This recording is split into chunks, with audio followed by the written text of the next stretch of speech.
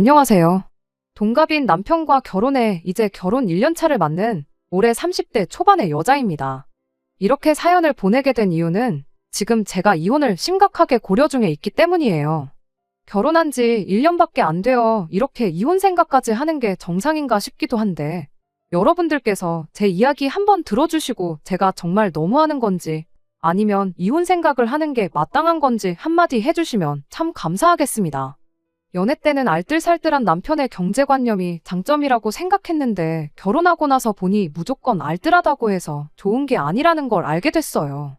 물론 오늘만 사는 사람처럼 덮어놓고 돈 생기자마자 홀랑 써버리는 것보다야 쪼잔해 보여도 아끼는 사람이 훨씬 낫다고 생각은 하지만 남편은 이게 맞나 싶을 정도로 아끼는 데만 집착하는 사람이라는 게 문제라면 문제였지요.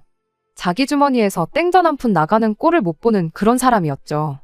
일부러 운동한다고 1시간, 2시간씩 걸어 다니는 사람들도 있다면서 집 앞에서 버스만 타도 20분이면 갈 곳을 일부러 그렇게 걸어 다닐 만큼 비효율적인 경제관념을 가지고 있습니다. 갖고 싶은 게 생기면 어떻게든 모아서 그걸 사는 게 아니고 비슷한 제품들을 몇 개 골라서 그 중에서도 가장 싼 걸 고르는 식으로 물건을 사고요.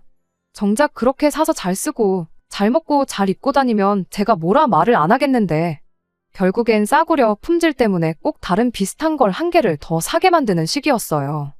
음식을 사면 맛이 없다고 한 번 먹고 손도 안 대다가 버리기 일쑤였고 옷을 사면 보온이 하나도 안 된다.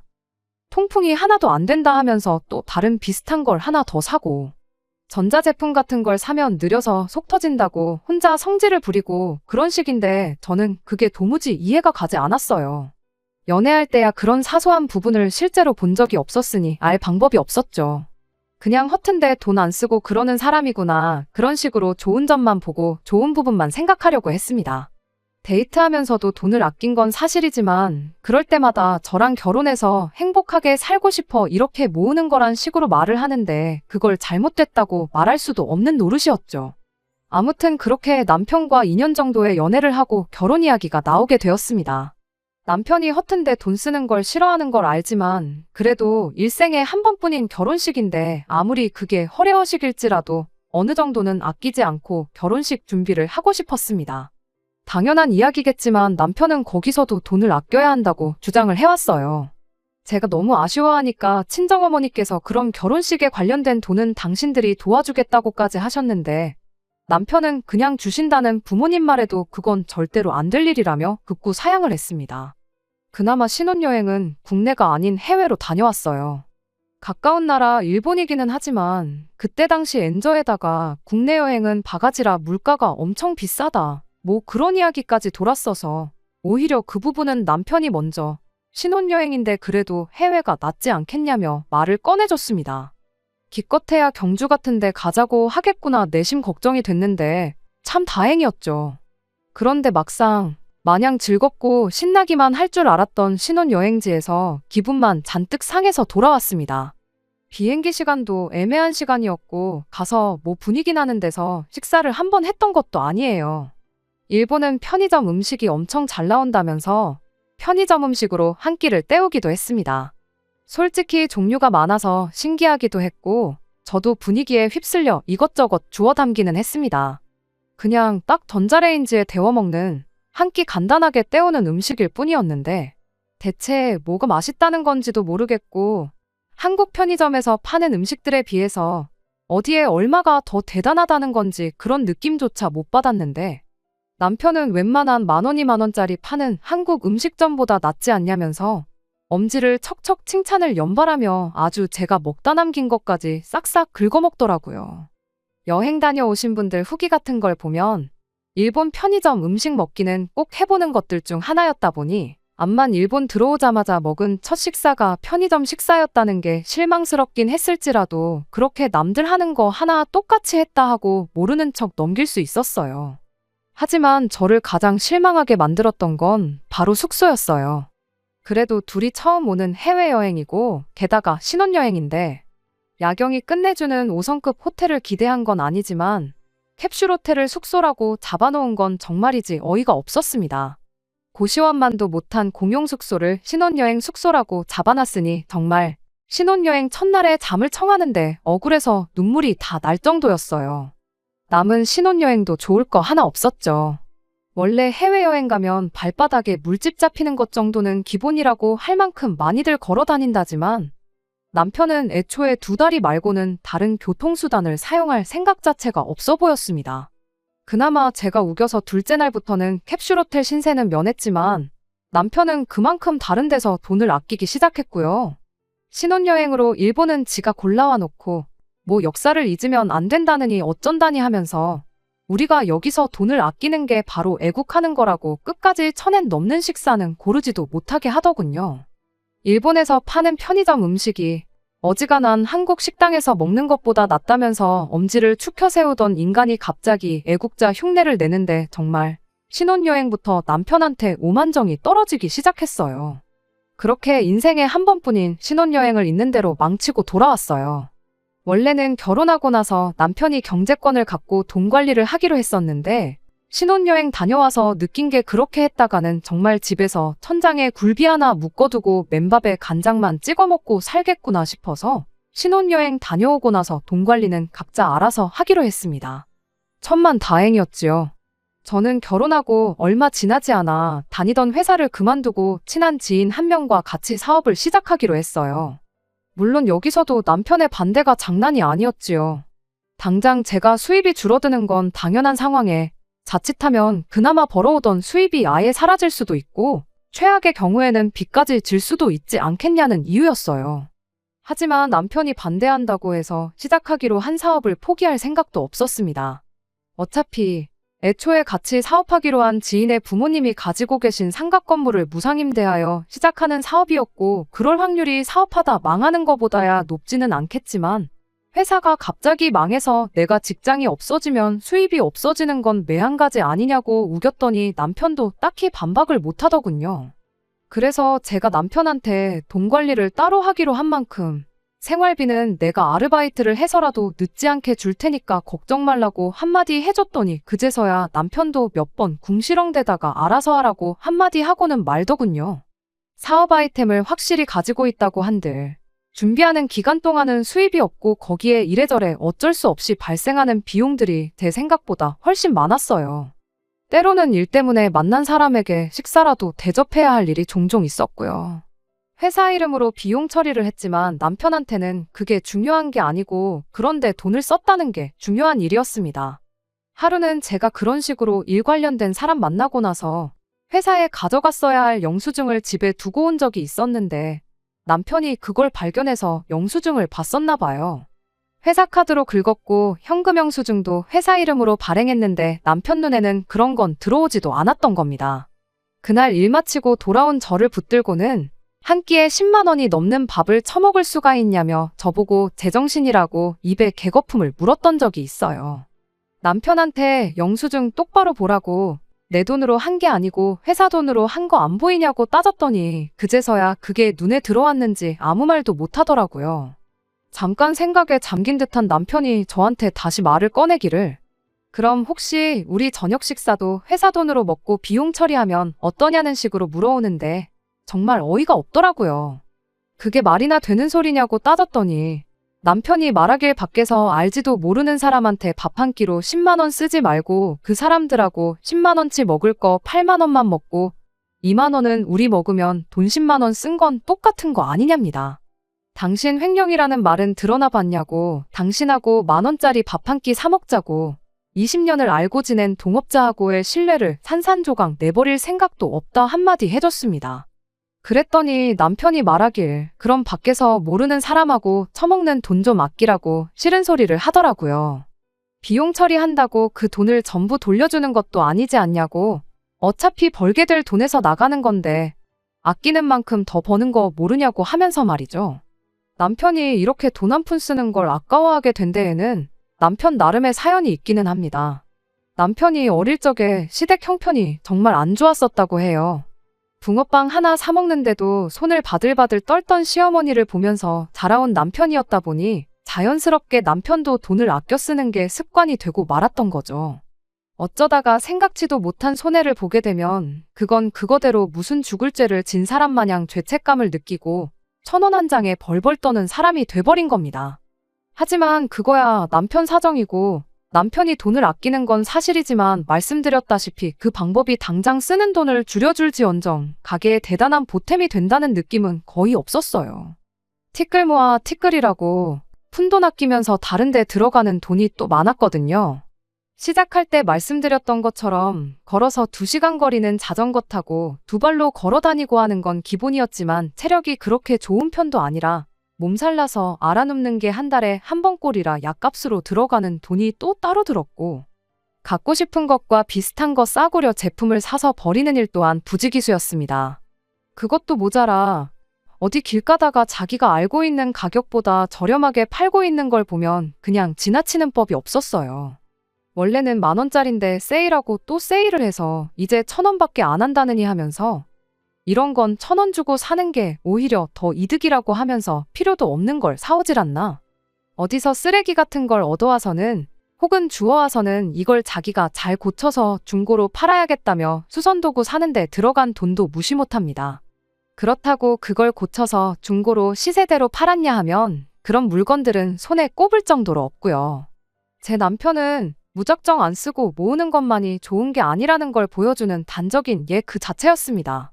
그래서 이런 사소한 일까지 남편과 돈 때문에 계속 불협화음이 생긴다는 게 답답할 노릇이었지요. 그래도 그런 서로의 다른 점을 하나씩 맞춰 살아가는 게 결혼이라 생각했고 그런 자린고비 같은 모습만 빼놓는다면 저한테만큼은 정말 잘했던 사람이니 시간이 지나면 익숙해지거나 서로가 반발짝씩 양보하거나 하면서 자연스럽게 해결될 문제라고 생각했습니다. 그런데 결국 남편에게 크게 실망하게 되는 일이 하나 있었어요. 남편이 뭐 개인적으로 필요한 물건이 있었나 본데 그걸 운 좋게 중고장터에서 신품급 매물을 찾았나 봐요. 택배로 받으면 그만인 물건이었지만 겸사겸사 저랑 데이트도 할 겸해서 직거래를 하기로 했으니 거기 좀 다녀오자고 하더라고요. 얼마 전 일이니만큼 남편이 짠돌이처럼 구는 게 어느 정도 익숙해진 상황이었다 보니 저도 별 불만 없이 같이 거기를 다녀오기로 했어요. 가는 길에 남편이 그 동네 짜장면을 아주 제대로 하는 곳이 있다면서 오는 길에 짜장면 한 그릇씩 사 먹고 오자고 하는데 아무리 볼 일이 있어 겸사겸사 다녀오는 거라지만 모처럼 데이트 나가서 짜장면 먹자는 게 싫었을 수도 있는데 말씀드렸다시피 이미 남편이 저러는 게 어느 정도 익숙해진 상황이었다 보니 그냥 아무 불만 없이 묻지도 따지지도 않고 그냥 따라 나갔어요. 그래도 나름 맛집이라고 찾아놓은 게 기특할 따름이었죠. 그런데 가다 보니 그 동네가 친정집 근처라는 걸 알게 되었어요. 예정대로 남편이 필요한 중고 물품을 받고 나서 남편이 찾아놓았다는 짜장면 집으로 향하는데 이왕 친정집에서 가까운 곳까지 왔는데 친정부모님 얼굴 안 보고 그냥 가기도 그렇고 해서 친정부모님한테 전화를 했죠. 아직 식사 안 하셨으면 같이 식사나 좀 하자고요. 남편이 순간 흠칫하는 반응을 보이긴 했지만 그래도 다른 사람도 아니고 자기 장인장모인데 근처까지 와서 그냥 가는 건 자기도 예의가 아니라 생각했는지 별말은 안 하더군요. 그렇게 친정부모님을 짜장면집 앞에서 만나서 식사를 했습니다. 남편이 짜장면 4그릇을 주문했는데 친정부모님이 이왕 나온 거 맛있게 먹자시며 탕수육 중짜 하나, 고추잡채 중짜 하나를 추가로 주문하셨어요. 알고 보니 친정부모님이 자주 오시는 가게이기도 하더라고요. 여기 짜장면도 맛있지만 탕수육이랑 특히 고추잡채가 진짜 맛있는 집이라면서요. 요즘 이렇게 짜장면 맛있게 만드는 집이 아직도 있구나 하면서 진짜 오랜만에 맛있게 중국 음식을 먹었습니다. 남편이 도통 탕수육이랑 고추잡채에는 손을 안 대길래 장인장모님 많이 드시라고 손을 안 대는가 싶어서 제가 일부러 남편 짜장면 위에다가 탕수육도 올려주고 고추잡채도 덜어주고 했어요. 한 입 먹어보더니 자기도 맛있었는지 그 다음부터는 아주 마파람에 개눈 감추듯이 싹싹 먹더라고요. 남편은 공깃밥까지 하나 추가해서 남은 짜장에 밥을 비벼서 고추잡채랑 해서 한 그릇 더 먹었고요. 설거지를 따로 안 해도 되겠다 싶을 만큼 바닥이 다 보이게 싹 쓸어 먹었고 계산은 남편이 했어요. 오랜만에 친정부모님과 시간도 보내고 남편도 맛있게 먹는 걸 보니 은근 기분은 좋더라고요. 식사 마치고 나서 잠깐 이런저런 이야기 나누다가 친정부모님이 이 먼 길을 버스를 타고 온 거냐며 놀라시더니 집에는 편하게 가라며 왕복 1시간 반 거리를 집까지 태워다 주셨습니다. 그렇게 그날은 아무 일도 없이 지나갔어요. 그리고 그날로부터 한 달이 더 지나서 친정아버지 생신이 다가오길래 그때 친정집에 전화를 걸었습니다. 그냥 간단하게 외식이라도 할 요량으로 아버지가 먹고 싶어 하시는 게 있느냐 물어보려고요. 그런데 친정어머니께서 엄청 시큰둥한 목소리로 뭘 외식은 외식이냐고 집에 있는 밥 차려줄 테니 그냥 친정집으로 오라는 말을 하시더군요. 모처럼 생신인데 외식하자고 제가 몇 번을 말했는데 친정어머니가 생일이 뭐 대단한 날이라고 외식까지 하냐며 자꾸 거절을 하다가 나중에는 왜 그렇게 시큰둥한 반응을 보이셨는지 그 이유를 알려주시더군요. 친정어머니가 사위가 또 맛있게 외식하고 돈 내놓으라고 할까봐 너네랑 외식은 못하겠다고 하시는 거예요. 처음엔 제가 들은 게 진짜인지 제 귀를 의심을 했습니다. 친정어머니한테 그게 무슨 소리냐고 되물었는데 친정어머니가 그제서야 그날의 일을 저한테 말해줬어요. 식사 마치고 친정부모님이 저희들 집에 내려다 주시고 집에 돌아가는 길이었는데 남편한테서 문자가 한 통 왔더랍니다. 잘 먹었다고 그런 심심한 인사 한마디 보냈을 줄 알았는데 문자 내용을 보고 기가 막히셨다네요. 문자에 탕수육이랑 고추 잡채 그리고 장인 장모님 앞으로 시킨 짜장면 2그릇 값해서 7만 원을 자기 계좌로 보내달라고 써 있었대요. 맨 밑에 줄에 자기 계좌번호랑 해서 말이죠. 친정어머니가 하도 어이가 없어서 저한테 말해주려고 했는데 친정아버지가 괜히 이거 가지고 저한테 연락했다가 괜히 저랑 남편 부부싸움 나지 않겠냐며 말리셨대요. 그래서 여지껏 말 안 하고 가만 계셨는데 친정어머니도 저희들 싸움 붙이고 싶은 생각은 없으셨지만 그래도 말해줄 건 말해주는 게 맞다 싶어서 이번에 말 나온 김에 이야기해주는 거라고 하시더라고요. 이제 와서 지난 일을 가지고 저희들 싸우라고 하는 이야기는 아니고 그냥 괜히 또 마음 상할 일 만들고 싶지 않으니 그냥 친정아버지 생신 때 괜히 외식하자고 하지 말고 집에 와서 차려주는 밥이나 먹고 가라 한마디 하시고 전화를 끊으셨어요. 전화 말미에 괜히 장인장모가 돼서 딸하고 사위 싸움 붙이는 느낌이니 절대 이 일을 가지고 남편하고 싸우거나 하지 말라고 당신들은 그냥 넘어가기로 했다고 한마디 하셨는데 자초지종을 알아버렸는데 그냥 넘어갈 수가 없었어요. 같이 식사한 게 친정부모님이 아니라 시부모님이었으면 어땠을까 생각하면 너무 열이 받더라고요. 그래서 그날 저녁에 퇴근해서 돌아온 남편 붙들고 한마디 했습니다. 지난달에 우리 부모님하고 밥 먹고 나서 밥값을 따로 청구했다는데 그게 사실이냐고 그리고 사실이면 대체 무슨 생각으로 그랬던 거냐고요. 그랬더니 남편이 그게 무슨 잘못이냐는 듯 뻔뻔하게 한마디 꺼내더군요. 장인 장모님하고 같이 식사하는 건 애초에 계획에 없던 일이었지 않냐고요. 그리고 장모님도 참 너무하신다 하면서 불만을 토로하더라고요. 어이가 없어서 누가 너무한 건지 밖에 나가서 지나가는 사람들 붙들고 한번 따져보겠냐고 남편한테 한마디 했어요. 그랬더니 남편이 그게 아니라 장모님이 너무 당신 유리한 대로 설명을 하셨다고요. 돈을 바로 보내주시긴 했는데 자기도 곰곰이 생각해보니 짜장면값까지 받는 건 너무한 것 같아서 곧바로 친정어머니 계좌로 15,000원을 다시 보내줬다는 겁니다.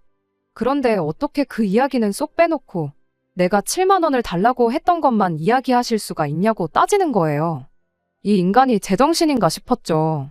당신이 돌려드린 게 짜장면값 15,000원이 아니라 나머지 다른 음식 먹은 거 55,000원을 돌려드렸다고 해도 이 상황 자체가 말도 안 되는 거다 한마디 해줬더니 남편이 대답이라고 하는 게 더 어이가 없었어요. 애초에 나는 장인 장모님하고 같이 식사를 할 계획이 없었다. 나한테 상의도 없이 2분 불러낸 건 당신 아니냐 하면서 따지더군요. 그날 중고로 샀던 물건값이 신품 사는 거랑 가격 차이가 3만 원 정도 났답니다. 둘이서만 먹었으면 자기는 15,000원을 번 거나 마찬가지인데 계획에도 없던 장인 장모님 때문에 돈을 더 쓰게 되면 그날 그 멀리까지 발품 팔아서 찾아간 이유가 하나 없고 자기만 손해 아니겠냐며 손익을 따지더라고요. 거기에 자기가 100번 양보해서 식사를 대접해드리려고 했는데 또 자기 의사는 묻지도 않고 음식을 추가해서 시킨 건 장모님 아니셨냐고. 암만 생각해도 밥값은 돌려받는 게 맞는 것 같아서 자기도 생각 많이 하고 그날 문자를 보냈다는 거예요. 어이가 없어서 그날 그 자리에서 제일 야무지게 식사한 사람이 할 소리는 아닌 것 같다고 한마디 했더니 그것도 다 이유가 있더군요. 자기는 먹을 생각이 없었는데 제가 억지로 먹게 시켜서 먹은 거라고요. 무슨 소리를 하는 건가 했더니 그날 남편이 일부러 다른 음식 손도 안 대고 짜장면만 호로록 먹고 있던 게 애초에 그 음식 가격들을 책임질 생각이 없었기에 그랬다는 소리였죠. 그런데 자기가 안 먹으려던 거 제가 억지로 먹으라고 그래서 먹은 거였고 마지막에 다 먹고 남은 음식은 버리는 거나 마찬가지였기 때문에 자기가 공깃밥 하나 추가해가지고 버릴 음식을 처리했다고 하는 겁니다. 말인즉슨 제가 먹으라고 준 건 자기 의지로 먹은 게 아니고 밥 추가해서 싹싹 먹은 건 어차피 식사가 다들 끝나버린 와중에 잔반이 돼버린 남은 음식들을 자기가 처리한 거라고. 그러니 자기는 그날 시킨 탕수육하고 고추 잡채를 하나도 안 먹은 거나 마찬가지니 돈 계산을 할 필요도 없는 거나 마찬가지라는 말을 하려는 거였죠. 그러면서 끝까지 그래도 내가 장인 장모님 짜장면은 한 그릇씩 대접해드린 거니 욕먹을 거 하나 없는 상황이지 않냐면서 제가 이러는 게 도무지 이해가 안 된다고 오히려 적반하장으로 저한테 짜증을 내더라고요. 친정어머니를 이상한 사람으로 만든 건 두말할 것도 없고요. 이 인간이 짠돌이인 걸 알았지만 정말 결혼 생활 1년 하면서 이렇게 정이 떨어져 본 적이 없었어요. 친정 부모님한테도 너무 쪽팔려서 이런 인간하고 결혼해서 1년이나 같이 살맛대고 살았다는 게 수치스럽기까지 하더라고요. 남편은 당장 생활비에 문제 생기면서 어쩌냐며 반대했었지만 친정 부모님을 포함해 모든 친척들이 저한테 너는 똑부러지는 아이니까 사업을 해도 잘할 거다 이런 이야기를 들었는데 정작 똑부러진다는 제 자신이 남편이라고 이런 사람을 골랐으니 말입니다. 친정아버지 생신에는 결국 외식을 하기는 했어요. 인당 25만 원 하는 디너 코스 요리 나오는 곳으로 일부러 제가 알아볼 수 있는 최대한 비싼 곳으로 찾아서 다녀왔습니다. 그래도 명색이 장인어른 생신인데 남편이 혹시나 그냥 넘어가겠어 하고 눈꽃만큼 기대는 했는데 역시나 가격 보고 이런 데를 왜 오냐고 툴툴거리더라고요. 내가 내 돈으로 낼 거니까 걱정 말라고 한마디 해주니 그날처럼 처먹기는 거기 있던 손님들 중 제일 잘 먹더군요. 그때처럼 그릇까지 먹을 기세로 말이에요. 그런데 또 다 먹고 나서는 여기는 무슨 식당이 돈을 이만큼이나 받아 처먹고 음식은 쥐똥만큼밖에 안 주냐고 간에 기별도 안 간다고 하면서 자기 회사 근처에 있는 한식 뷔페 이야기를 하더라고요. 거기 가서 9,900원만 내면 음식 종류도 훨씬 많고 배 터질 때까지 먹고 올 수 있다고 하면서 단번 생신 때는 자기가 외식 장소를 알아봐야겠답니다. 내가 선택한 사람이니만큼 어떻게든 참고 살아보려고 했는데 이젠 한계에 온 것 같아요. 얼마 전에 혼자 친정 가서 친정어머니한테 신세 한탄 좀 했더니 그래도 이혼은 조금 아니지 않냐고 살다 보면 이런 건 익숙해질 테고 서로 맞춰가기 마련이라고 저보고 참으라 하시네요. 이제 고작 결혼 1년차 넘어가는데 제가 더 참을 수 있을런지 모르겠어요. 아니, 이걸 참고 있는 게 맞는 건가 싶기도 하고요. 이 결혼 누가 등 떠밀어서 한 것도 아니고 제가 선택해서 한 결혼이긴 하지만 그 누구의 탓도 할 수 없다는 거 알지만 이렇게 계속 사는 게 맞는 건지 싶습니다. 안녕하세요. 오랜만에 이렇게 다시 찾아뵙게 되었습니다. 지난 몇 달간 정말 혼자서 오랜 시간 많은 고민을 했어요.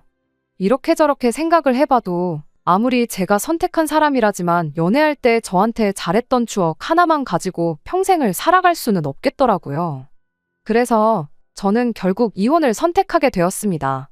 그냥 이혼을 한 건 아니에요.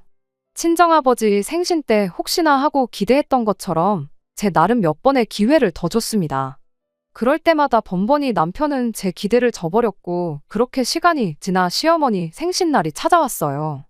뭐 알아보기도 싫고 해서 남편한테 당신 회사 근처 한식 뷔페나 가자고 하려다가 그래도 친정아버지 생신 때 좋은 데 다녀왔는데 아무리 기분 나빠도 그러자고 하긴 좀 그랬어요. 아니나 다를까 남편한테 시어머니 생신 때는 어디 가는 게 좋겠냐고 물어봤는데 남편이 콕 집어서 어디 가자고 하지는 않고 어디 괜찮은데 아는 데 있냐며 말끝을 흐리더군요. 그게 은근하게 그래도 시어머니 생신인데 좋은 데 가자고 말하고 싶은 눈치였어요. 친정아버지 생신에 그렇게 비싼 데 다녀왔으니 시어머니 생신 때도 좋은 데 한번 다녀오고 싶은데 막상 자기가 알아보면 계산도 자기 돈으로 다 해야 할 것 같으니 저보고 알아오라고 한 다음에 책임을 저한테 일부나마 덮어씌우고 싶어서 저런다는 게 눈에 딱 보이더라고요. 그래서 남편한테 제가 먼저 말했어요. 다른 사람도 아니고 시어머니 생신이니까 내가 챙기겠다고요. 그랬더니 남편이 입이 귀에 걸려서는 그럼 저번에 장인어른 생신 때 다녀온 데 같은 곳으로 한번 알아보라 하는 겁니다. 음식이 양은 적었어도 분위기가 참 좋았다면서요. 그리고 신혼에도 부를 테니 시조카까지 해서 총 7명 자리를 예약해야 한다고 강조를 하더라고요. 결혼한 지 얼마 안 돼서 시아버지 생신이 있었는데 그때는 남편이 누나네 오면 돈 안 낼 게 뻔하다고 일부러 부르지도 않았었는데 제가 챙긴다고 했더니 그래도 지 가족 공짜밥 먹여주겠다고 부르는 속이 안 봐도 뻔했습니다. 여기저기 알아보다가 저번에 다녀온 파인다이닝 같은 데보다는 고깃집이 낫겠더라고요. 시댁도 남편하고 똑같이 질보다는 양을 선호하는 집이다 보니까 괜히 비싼 돈 내고 양이 적다니 이런 이야기 듣는 것보다야 가리는 사람 하나 없는 고기 먹는 게 낫겠다 싶었죠. 남편도 한우 먹는다고 하니까 분위기보다는 음식이 맛있고 양이 많아야지 하면서 좋다고 했고요. 일부러 고깃집도 무한리필이나 저렴하게 먹는 곳 말고 연예인들도 찾아온다는 비싼 곳으로 예약했습니다. 그리고 시어머니 생신 당일이 되었지요. 다들 들어가서 메뉴판을 보더니 1인분에 고기가 5만 원을 넘냐고 놀라 자빠지더군요. 신우가 올케 요즘 사업한다더니 돈 좀 버나봐 하고 묻는 걸 보니 이미 남편이 다 제가 쏜다는 식으로 이야기했고 돈이라고 땡전 한 푼 낼 생각이 없다는 게 눈에 딱 보였어요. 심해부도 아주 자기가 만반의 준비를 하고 왔다고 오늘 많이 먹으려고 전날부터 굶었다느니 어쩌느니 이런 말을 하더라고요. 시조카가 고기 나오기 전에 깔린 밑반찬을 하나를 집어먹으려는데 신우가 젓가락으로 시조카가 집은 반찬을 탁 쳐내더니 이런 걸로 배 채우지 말고 한우고기 먹으라고 눈치까지 주는데 정말 온 가족이 똑같아도 이렇게 똑같을 수가 있나 싶었습니다. 아무튼 그렇게 식사가 시작되었어요. 남편이랑 심해부는 고기가 익기도 전인데 불판 위에 올라온 고기를 가져가기 바쁘더군요. 소고기는 원래 겉만 살짝 익히고 먹는 게 제일 맛있는 거라고 하면서 불판 위에 고기가 올라오기 무섭게 사라지기 시작했어요. 시어머니 생신 때문에 모인 건데 지들 먹기 바쁘지 시어머니 챙기는 사람은 또 아무도 없더라고요. 그때 확신했어요. 참고 산다고 해서 남편이 변할 일은 없겠구나 하고요. 어차피 저도 다 계획이 있었던 터라 고기를 얼마나 추가를 시키던 간에 크게 상관 안 했습니다. 대신 다른데 신경을 곤두세우고 있었습니다. 그렇게 장장 1시간 반에 걸친 식사가 끝이 났습니다. 7명이서 고기를 총 25인분을 시켜 먹었어요. 추가로 시킨 술이며 음료수에 마지막에는 고기가 물린다고 시킨 냉면들까지 해서 총 152만 원이 나왔습니다. 제 복수는 이제부터였어요. 계산서 나오자마자 제가 말했죠. 내가 먹은 거 1인분에 냉면 한 그릇, 시어머니가 드신 거 냉면 하나, 된장찌개 하나에 공깃밥 하나, 고기 1인분 해서 15만 원 결제할 테니 나머지는 알아서 계산하라고요. 내가 대충 보아하니 심해부랑 남편, 아버님이 6인분씩은 드셨고 신우가 3인분에 시조카가 2인분 정도 먹었다고 각자 먹은 만큼 내던지 인수대로 따져서 뿜빠이를 하던지 정하시면 될 것 같다고 각자 자기들이 냉면이랑 음료 같은 거 뭐 먹은지는 알고 있지 않냐고 한마디 해주고 자리에서 일어났습니다. 제 말이 끝나니까 그 자리에 있던 전원이 이건 무슨 소린가 하고 어리 빠져서 저를 쳐다보고 있더라고요.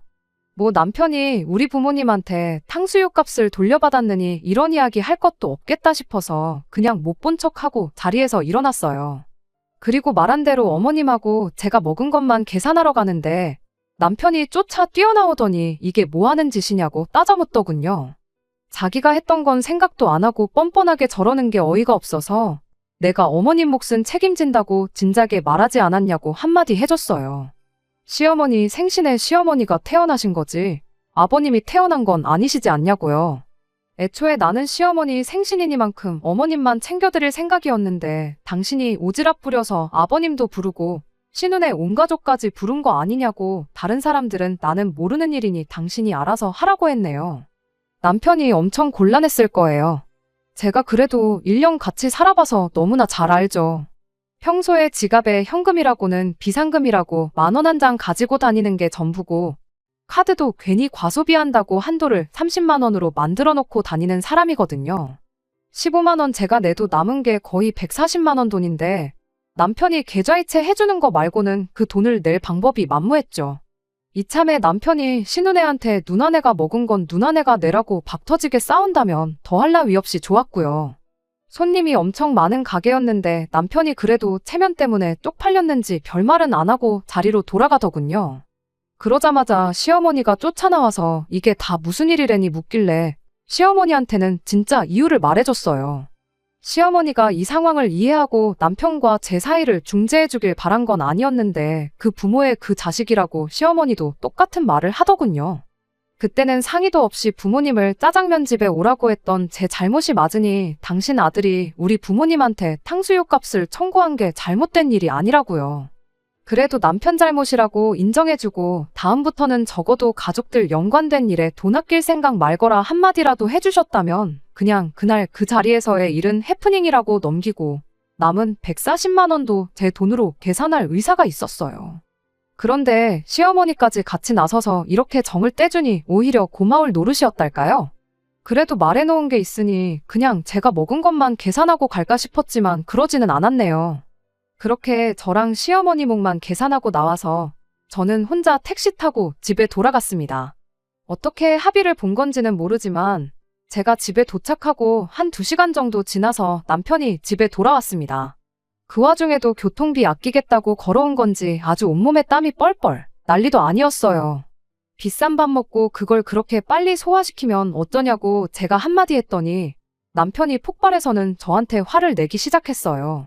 애초에 시어머니만 챙긴다고 했는데 다른 가족들 부른 건 당신 아니냐고, 다른 사람들 몫은 사실 부른 사람인 당신이 냈어야 하는 거 아니냐고 빈정거렸죠. 그랬더니 남편이 그때 탕수육 가지고 아직도 그러고 있냐고 하면서 그때랑 지금이랑 같냐고 하는 겁니다. 그때는 그냥 날이었고 오늘은 어머니 생신이지 않느냐고요. 가족들 앞에서 꼭 그렇게 내 쪽을 줬어야 했냐 따지길래 아주 이제는 가족들 앞에서는 체면 챙기고 내로남불까지 하고 있냐고, 돈 아끼는 것도 좋은데 그렇게는 살지 말라고 한마디 해줬어요. 더 실갱이 해봤자 좋은 꼴 볼 것도 없고 설명해봐야 어차피 저만 잘못한 걸로 몰아갈 게 뻔한데 이야기 더 나눠봐야 얻을 게 뭐 있나 싶더군요. 그래서 그냥 길게 볼 것도 없이 이 길로 이혼하자고 했어요. 남편이 이혼을 자기가 해주겠냐고 금검절약하는 게 이혼 사유나 되겠냐며 버티길래 한번 자신 있으면 버텨보라고, 한번 누가 이기나 끝까지 해보자고 하고 그 길로 짐 싸서 친정으로 나왔습니다. 진흙탕 싸움까지 갈 만반의 준비를 하고 있었는데 의외로 남편이 순순히 이혼 서류에 사인을 해주더군요.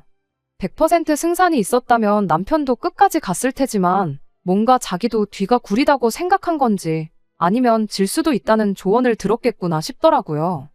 괜히 소송비에 위자료까지 물어줄 생각을 하니 그 손해를 감당하기는 싫었나 봅니다. 결혼 1년 차밖에 되지 않았다 보니 이혼 과정에서 그닥 복잡한 문제는 없었습니다. 손해는 죽어도 보지 않겠다는 주의다 보니 오히려 별탈 없이 빠르게 이혼을 할 수 있었네요. 친정어머니는 그래도 결혼한 거 좀 더 버텨보지 그랬냐고, 시간 지나면 분명히 어느 선에서 합의점이 생겼을 거라 그런 식으로 말하시는데 아마 그날 중국집에서 있던 일을 저한테 말한 게 불씨가 되어 이혼을 했구나 싶은 마음 때문에 더 죄책감을 가지시는 것 같아요. 어머니한테 그것 때문에 마음 쓰는 거면 그러실 필요 없다고, 어차피 그거 아니었어도 다른 일로 정 떨어져서 이혼했을 거라 말씀드렸죠. 그랬더니 친정어머니도 나중에 가서는 차라리 잘 됐다고, 어차피 이혼할 거였으면 한 살이라도 어릴 때 해야 새 출발의 기회도 생기고 그러는 거 아니겠냐시네요. 남편이 돈 때문에 아이는 최대한 늦게 갖자고 이야기했는데 그게 천만 다행인 것 같습니다. 다행히 제 사업도 어느 정도 자리를 잡아가고 있고요. 혼자가 되었다 해도 제 자신 하나는 건사할 수 있겠다 싶어요. 결국 제가 사람을 잘못 보고 옳지 않은 판단을 내린 게 발단이 돼서 이혼한 거나 마찬가지니 그 누구의 탓을 하지는 않으려고요. 혹시나 다른 분들도 저처럼 콩깍지 때문에 단점을 장점으로 받아들이는 분이 계신다면 결혼은 현실이니 다른 시각으로 한번 생각해보는 것도 나쁘지 않다고 조언 한마디 해주고 싶네요. 끝까지 들어주셔서 감사합니다. 오늘의 사연은 여기까지입니다. 구독과 좋아요, 알람 설정 부탁드리고 더 좋은 사연으로 다시 찾아뵙겠습니다. 감사합니다.